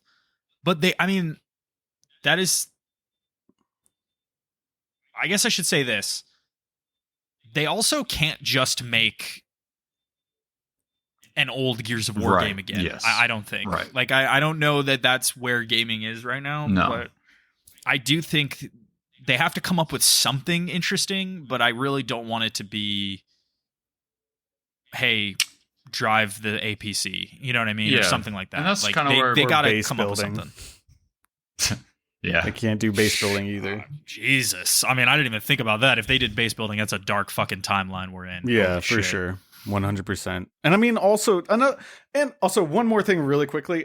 What I hate the most about like cramming an open world into like random games that definitely don't need it and can survive on their own is like it necessitates developers spending a lot of time on extra content, quote unquote, where there's a bunch of small little things that need to be scattered throughout the entire world. And it's like you're absolutely wasting your time on shit that 99% of the player base doesn't care about. And the 1% that does care about it is because they want to get 100% for the game. So like, I don't know. Stuff like that is also really annoying. But yeah. Word. But that trailer slapped though. That was a good trailer. The Mad World needle drop was super clever. I think that's enough Summer Games Fest talk. I did not see if the PC Games Show started. I mean, that show sucks every year. I'm sorry to say. Yeah, I don't remember ever watching it before, so I don't know. I played Body Cam yesterday. How'd you like it? Oh, did you really? Yeah. The multiplayer is a little bit fucked, so I already refunded it. I'm just gonna wait for a future updates so it stabilizes. But it is crazy, bro. It's fucking crazy. I don't know if I would truly enjoy the multiplayer, only because like when you're aiming and stuff, because it's a body cam and everything, the way that your character is moving and all that shit, there's no reticule on the screen or anything. So when the gun moves, the actual red dot and everything that you need to look through is misaligning itself. So if you're ever moving around or looking and stuff, you cannot aim properly. You have to set up your sight, stand still, aim forward, like all that kind of stuff. That's really cool. So I mean, I kind of got that vibe from the trailer that they put out. Like, remember there was that bit of gameplay that people saw maybe a year ago or less, of that game where everyone was like really obsessed with it for a minute. Yeah, where it looked like real life. Yeah. How does it feel? It feels great. I personally think they nailed the weighty feeling. Okay. I did the whole, went through multiple areas, crouched under some shit, leaned while I was breaching certain rooms, and it all felt appropriate, like appropriate weight and everything. How fast you could move, how fast you could bring up your gun, all felt incredibly appropriate. When you're reloading and stuff, also they have the actual arms and everything. Your body model is detached from the actual perspective camera that they're using. So whenever you're reloading, you can literally look down and see your dude fumbling and reloading and everything with the gun. Like stuff like that is just very cool, and it really helps with the immersion. But yeah, the weightiness and all the feeling and everything just feels very, very appropriate. And like from what we've seen so far, the visuals, it holds up just as well when you're actually playing the game. It looks fucking crazy, dude. I've never seen a game look so realistic before. Yeah, it's insane. I'm watching the showcase or whatever it's called. PC gaming show. Yeah, the first game, I don't know if either of y'all had it up, that I saw. I think we probably missed some stuff, but the first game I saw looked really fucking cool. And it has this demo up on Steam. This one seems okay. Oh, what was the first game called? I fucking missed it. It's just like Wonder Stars or something. But it was like it kind of looked like it's like a hand-drawn turn-based thing, but you pick your moves from like words like kick and stuff like that, and all the words you pick like determine what I don't know. It seemed really unique. That's cool. Is that Day 9? Day 9 is wearing a tuxedo. Were we watching the same thing? I don't see Day 9. I'm on a trailer right now. I'm not seeing Day 9. Yeah, sorry. I just... Oh, that is Day 9. Look at that. Yeah. I was clicking back through the timeline looking at the trailer. Gotcha. None of this stuff... whatever they're playing right now looks all right. Yeah, this mech suit looking person. Yeah. I don't know about any of this. That whatever they were showing before looked okay. The little farming game that was like... Yeah, that looked whatever. But... yeah. Steel Seed. Steel Seed for you. Yeah, bro. Give her the Steel Seed. What else you guys been playing? Well, we'll see if there's anything worth commenting on as this moves on. But anything else you guys wanted to talk about before we game wise that you've played recently? I've been playing a shitload of Elden Ring. Yeah, when is that actually? Is that 2 weeks, brother? It's the 22nd, right? 22nd or the 21st? 21st. Happy birthday, Merced. It's on my birthday. Holy shit. 22nd. 20th, it's on my birthday. 23rd. There you go. Okay. I'm sorry, there's like fucking 10 June babies. Yeah, when is B Paul's birthday, by the way? I thought it was the 20th. Thinking about the 20th or the 21st. I get like B Paul, Tram, Merced, and like 5 other people all mixed up. Fucking drives me insane. When is Tran's birthday? It's like the 22nd or the 21st. Oh wait, I'm thinking of Tran's birthday. Wait, when is Beepul's birthday? I don't know. Beepul's birthday is also in June, guys. Oh Yeah. my god, I'm All just of gonna them tell him are. happy birthday right now. Right? Yeah. Yeah, that's why when it turns June 20th, I just message like all you, and I'm Why like, do your I- birthday is soon. Happy birthday, you fuck. Why do I want to say it's the 13th? There we go. I gave it to him. I don't know. Okay, let's see what he says. I'm realizing I've never seen Day 9 until this moment. What? There's no shot you've never seen Day 9 before. He looks a lot different now. He does, yeah. Because when we were Okay. playing StarCraft a shitload, he looked like a different guy. I mean, Okay. to be fair, it's been like 20 fucking years, but We were what?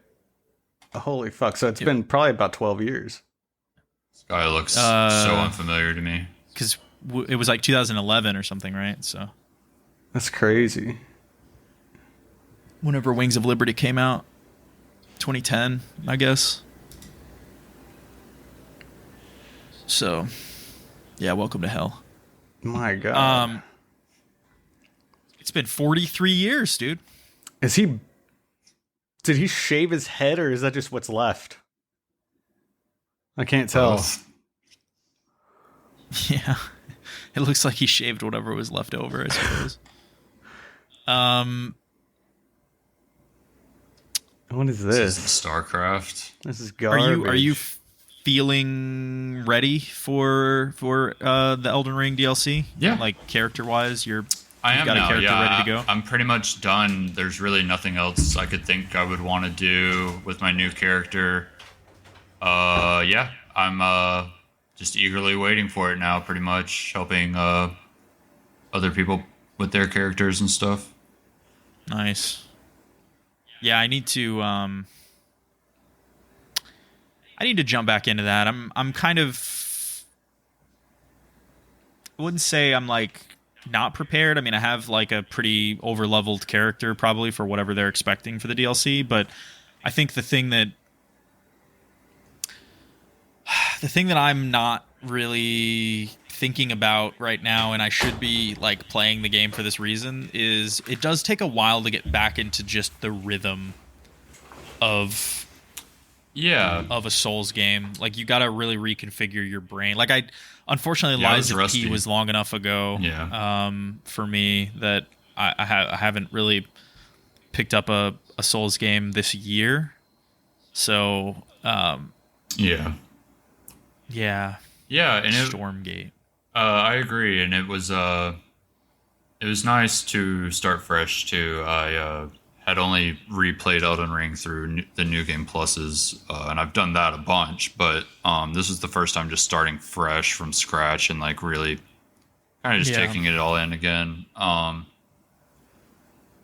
And it was really nice, and yeah, it was good to get the rust off too, for sure. Yeah, I need to download that game and just start running through it a little bit again. I don't know if I would. I might respec. I don't know, because that's the funny thing about that game is, unlike other Souls games, they've been like patching and like changing the balance of stuff. Oh yeah. So who knows if my build is even as strong as it was. I would say the game is in the best place that it's ever been on that note. It feels really, really good. Everything I feel like is appropriate. It's not just like, okay, the Rivers of Blood can literally murder everything, or like, the crazy sorcerer build can literally just melt. It's like everything is equally as good now, I feel like, at least more or less. Yeah. There's a few things that kind of have slipped through the cracks and are really busted, but it's like, I don't know, it's really super sweaty, like crazy min-maxy builds, but like in terms like strength builds are, I feel like, exactly where they need to be now, to where you have like the proper amount of like poise and poise break and stuff like that, to where they feel right, and just, I don't know, a lot of stuff like that. It all feels really good. I feel like the game feels awesome. Yeah, I was running like Radahn's great swords and super strength, super high HP. Yeah. It's usually my first playthrough of a Souls game is like that. Yeah. For Lies of P, I did a Dex build, which I think works well for that game. Playing it like Sekiro, Mhm. but You guys seen this off-brand StarCraft? Yeah, I'm so tired of seeing it too. It's actually made by the original Warcraft developers, right? Yeah. Former Blizzard folks, I think. This is the one that Mossberg is most excited for. Nice. Oh, really? Yeah. He's been following it pretty Looks closely. okay. He said like it's looking great. He's very excited for it, so. Yeah, it looks fine. I don't know. I'm not. Yeah, it's the genre itself that I'm just not wanting to engage with. The game actually looks pretty good. I'm sure like they'll capture a good audience with this. The chat, wrap it up. That's funny. Dude, during the summer showcase, whenever they were doing fucking Valorant, and the chat was spamming "wrap it up" the whole time because the Valorant shit took like 10 minutes. Yeah. It was like 10 or 15 minutes, bro. Holy Yeah, it did fuck. take a lot. Yeah, I skipped that shit when I watched it. I guess I'll just say, I was just gonna say I played Hellblade 2. Oh, yeah. Tell us about that. I'm pretty sure I actually ended up writing down a few notes. Let me see if I can pull that up. But overall, I would say it's not as good of an experience as the first one. Definitely did not leave as much of an impact for me. But I think that that's mainly like a natural consequence of the way that they ended up wrapping up the first game, as like Senua is spending a lot of her time this game really figuring herself out.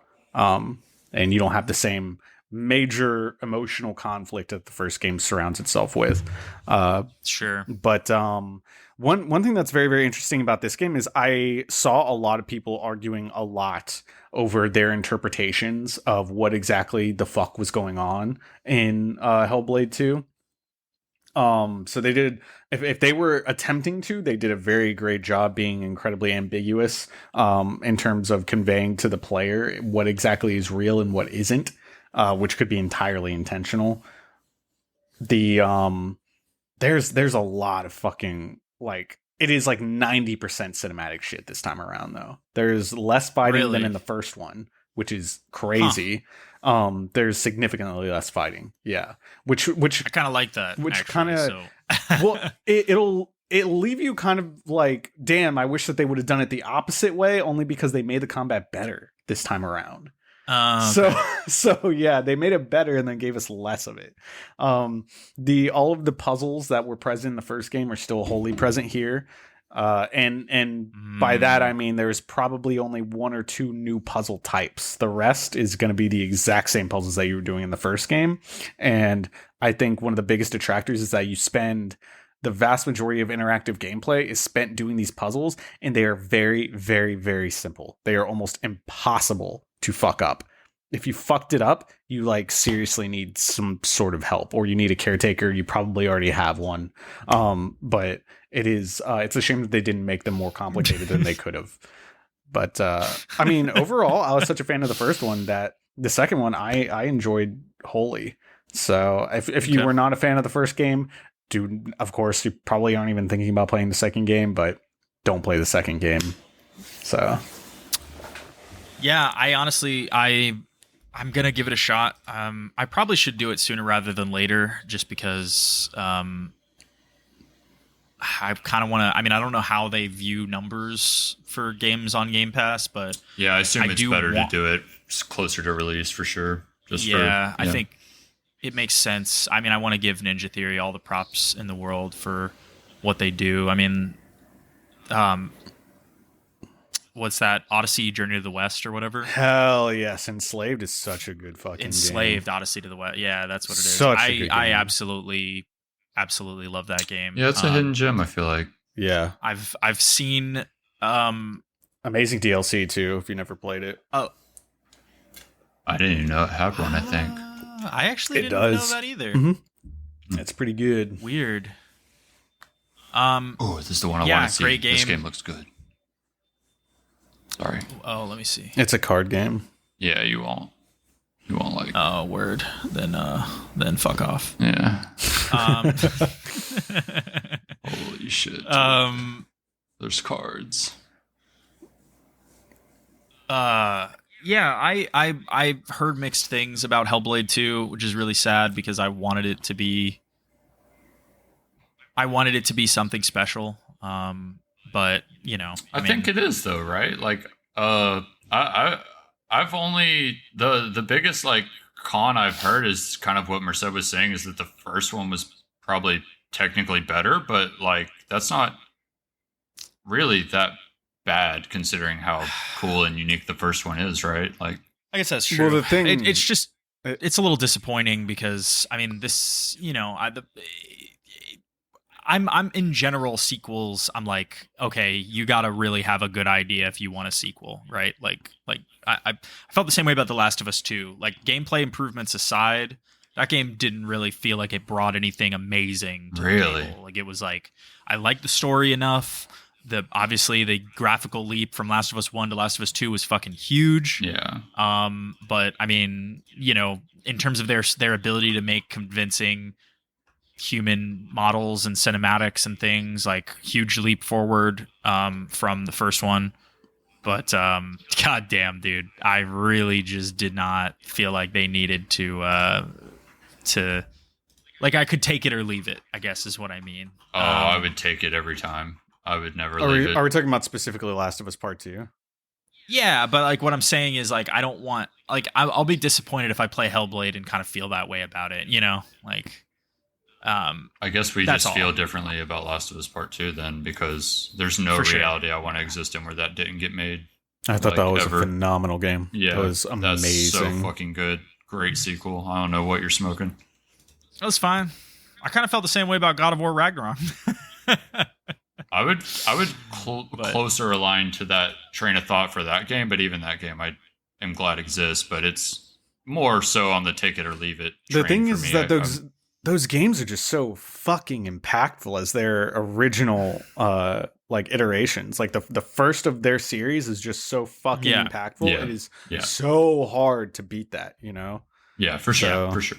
Absolutely. I think that's kind of what I mean is like it's hard for a sequel to recapture that for me.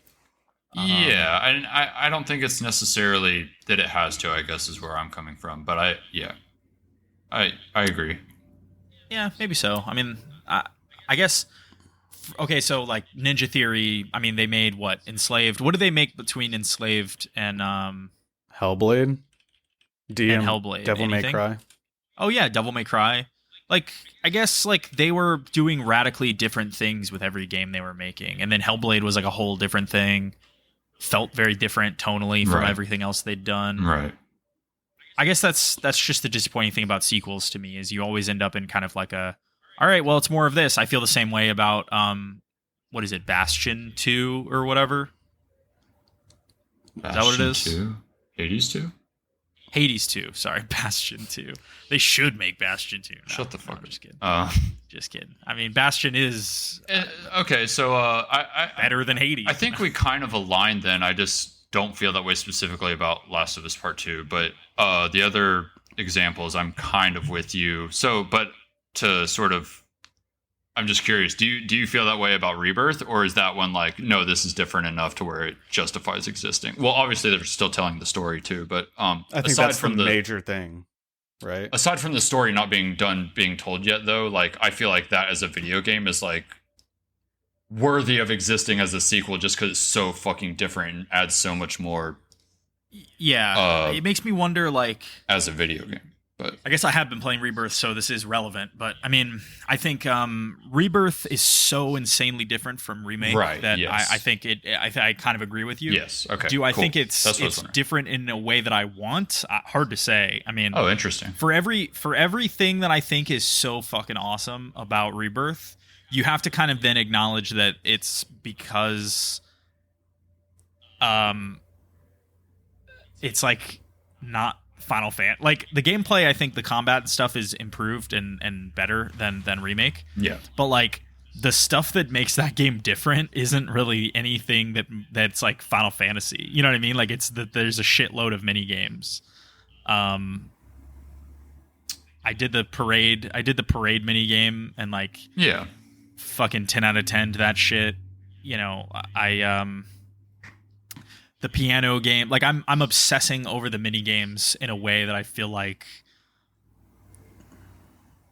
it's so funny to play a game that is all like it almost feels like the emphasis they put in the game is not the Final Fantasy part of it, or not like the core gameplay part of it. You know what I mean? Like they're just it's definitely about.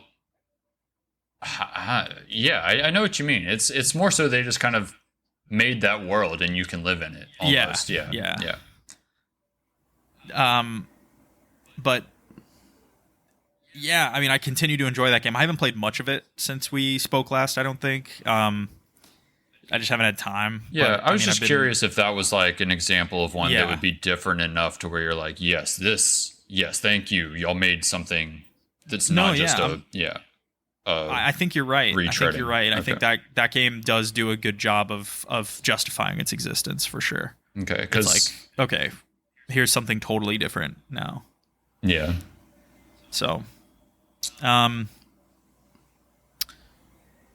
I think the Dark Souls games were kind of like that as well, on some level.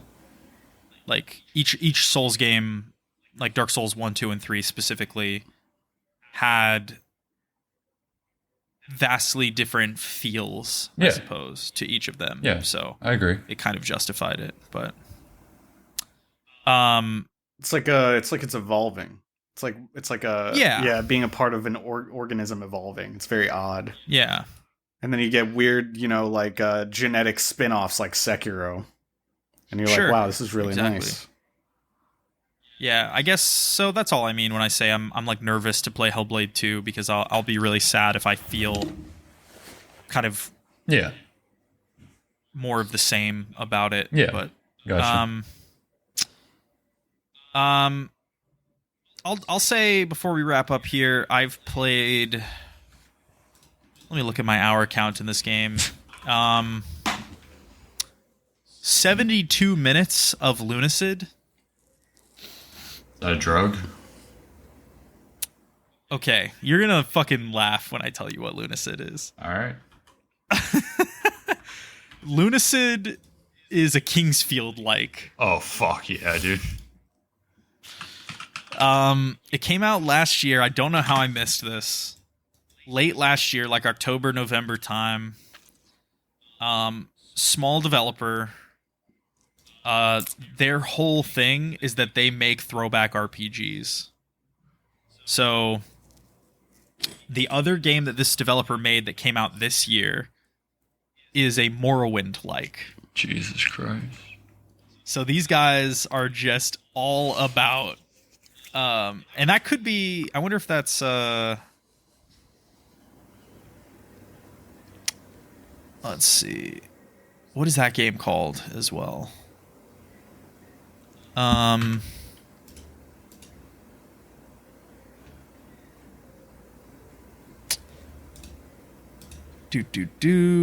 on. Wait, is this the guy who made Lost in Vivo?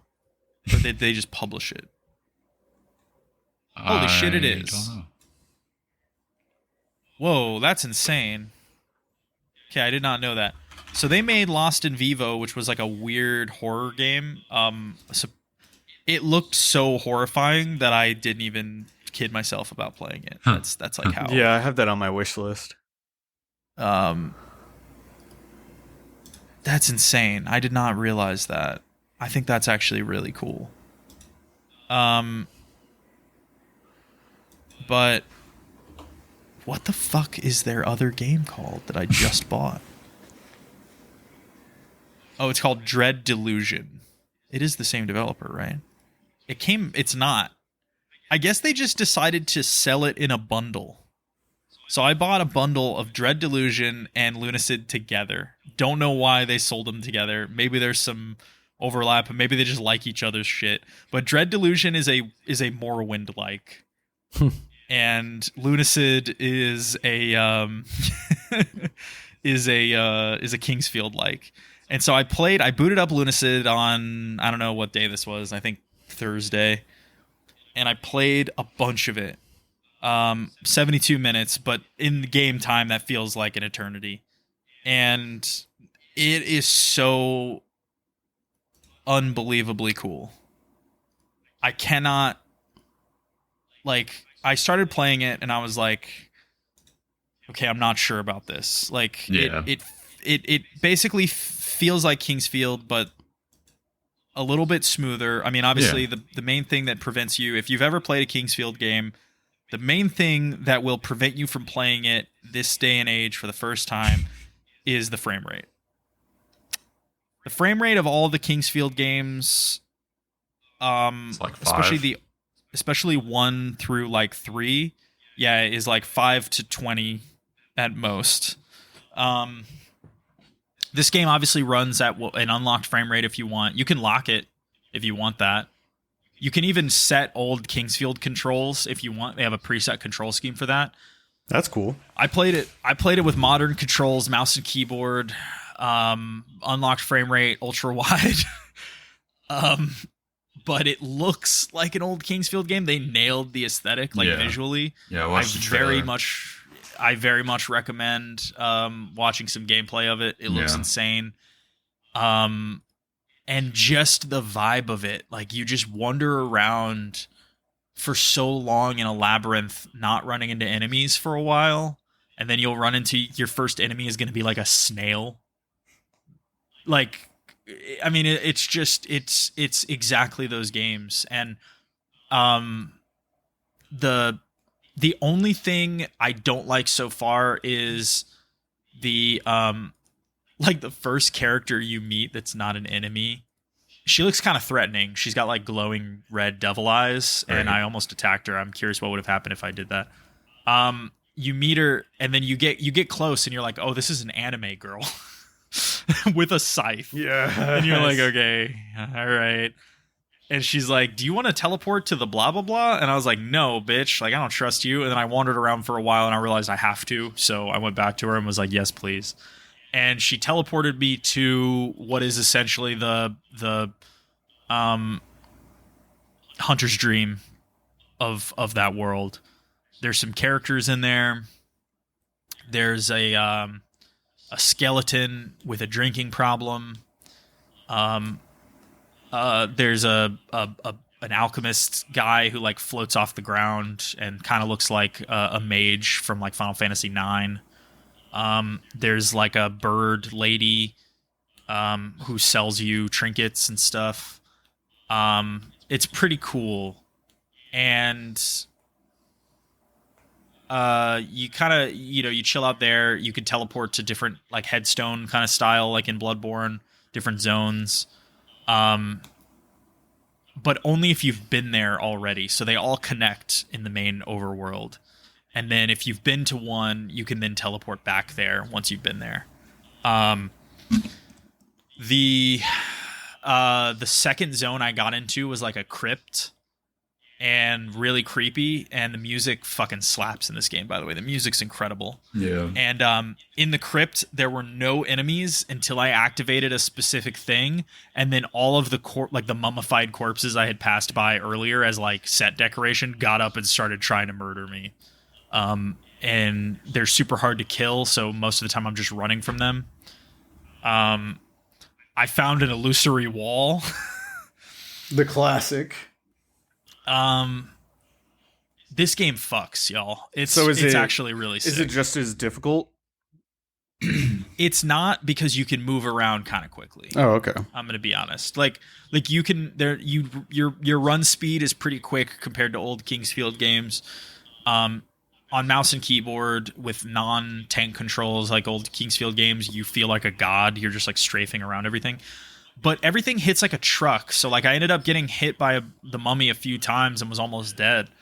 So, and you can get poisoned as well, of course. So like, they're compensating for the lack of kind of natural difficulty from an awkward control scheme by just having everything hit you really hard, Souls style. And Kingsfield style, of course, but yeah, it just seems really good. It seems really well made. I cannot like I think if you like Souls games, you'll like it. I honestly think that like it just has enough of that in there. if you get past kind of the initial weirdness of how it moves and like again, like a Souls game, they don't tell you shit. There's no tutorial, so you're just like, all right, you know, like I was just moving around. I was hitting stuff with this sword and the meter was filling up and I'm like, I don't know what that means. And then when I teleported back to the zone, to the, you know, the Hunter's Dream equivalent, there's like a pool of oil in the back, and if you interact with the pool of oil, it's like, you want to level this weapon up? I was like, fuck yeah, I do. And it like, you know, it like changed the model. It looks nicer now and like does more damage and stuff. But it doesn't give you stats for it or anything. You just got to figure it out, I guess. I don't know. It's actually not doing anything. It's just making it look nicer. Maybe. I wouldn't be surprised. Did you have to use then, resources, or was it just like, hey?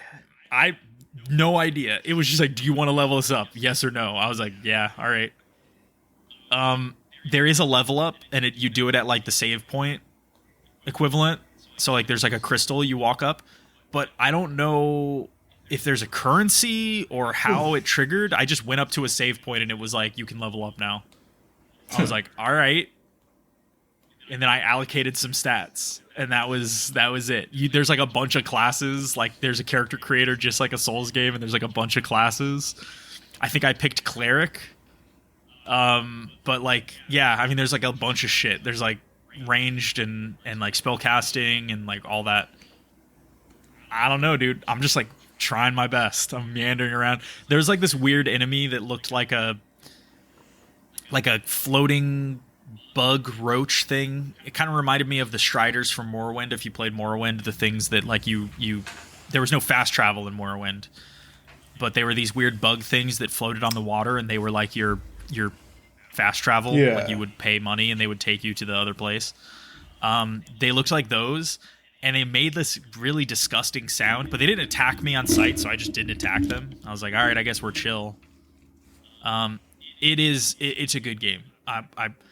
I was in the last thing I'll say. I was in the Hunter's Dream equivalent, and I started talking to the skeleton again. Like after I'd gone and done some other stuff for a while, I came back, and he goes, "Yo, did I ever tell you the story about that assassin?" I was like, "No," and he goes, "Oh yeah, yeah. There's an assassin who never missed her target, and apparently she kept killing like." People for the gods on the off chance that they would let her escape this place.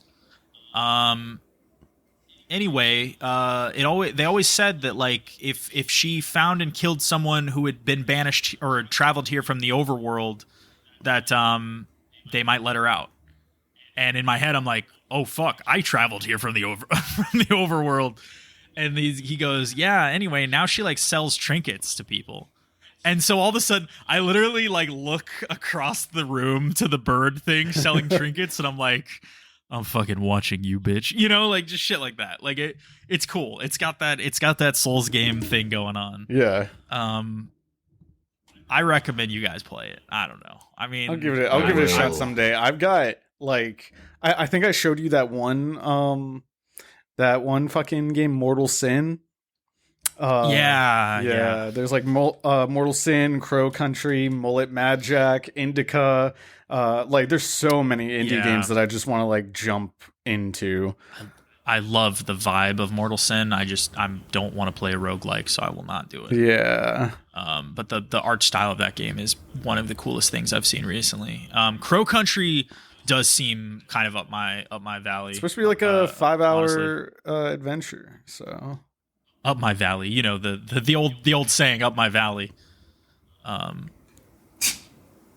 my alley. It looks cool. Yeah, I like the vibe of Crow Country. I might pick that up next, actually. That might be what I do after Lunacid. From what I understand, Lunacid is also only like a 6-hour game, so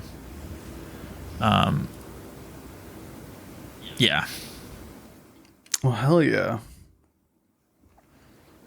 Word. Okay, before we wrap up, how about this? What do you guys think of the new Helldivers Pass stuff that's coming out? The Viper Commandos, the Jungle themed I one. think it's pretty cool. What isn't that comes out like in a few days? But yeah, we get like Yeah, I think it's like this week. we get some sleeveless armor sets. I'll rock those just because they look Nice. fun. I'm down. And you get the meme emote too, where it's like black guy, white guy clasping hands together. Oh, sick. Yeah, that's awesome. the emote. I didn't see that. Yeah. So you get that, and then there's also they're adding in skins now too, so you can get like mech skins and shit. I did see that. That's really cool. Yeah. Might get more jungle biomes and stuff for our planets. Some new weapons, like the sawed-off shotgun. Oh, is Like there a it's sidearm? Yeah, dude. Oh shit! I know we're Sawed-off shotgun, a throwing knife. Yeah, the throwing knife looked cool, and we're getting a new liberator too, which I'm excited about. Give me a new. I want a new fucking. Just give me more assault rifles, bro. I don't give a fuck about the energy weapons. Tell them. I am telling them. I know they're listening. They're longtime fans of us. Yeah, dude. How could they not be? True. The #1 gaming podcast. I don't even know. Do we call this the Nerd Orgy podcast? Is there a different name? What is this? You haven't heard the intro I do every single time we record? I guess I just don't pay attention. Word. This guy's not going to answer. You've been listening to the Infinite Scale podcast. Oh, there we go. Thanks for tuning in. Thanks, Crossley and Merced, for chatting. This is episode 49. Next episode, we're gonna do the special thing that I wanted to do. It's gonna be fun. I'm gonna see if I can convince.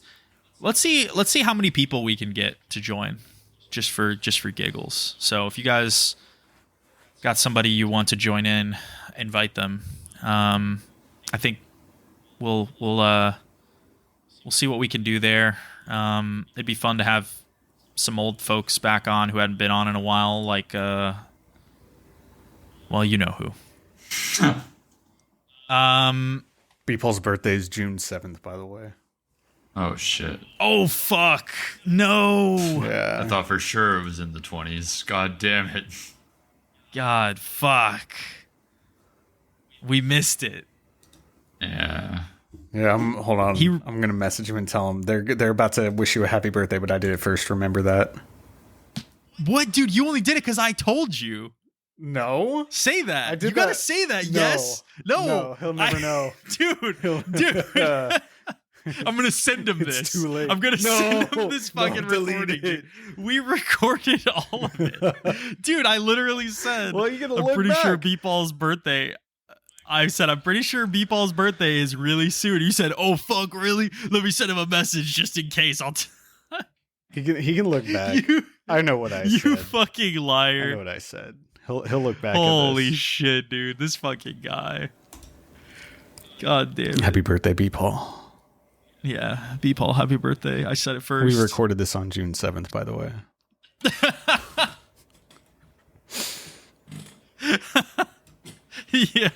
Yeah, bro. All right, everybody. Thanks for listening. Peace. Sayonara. Peace.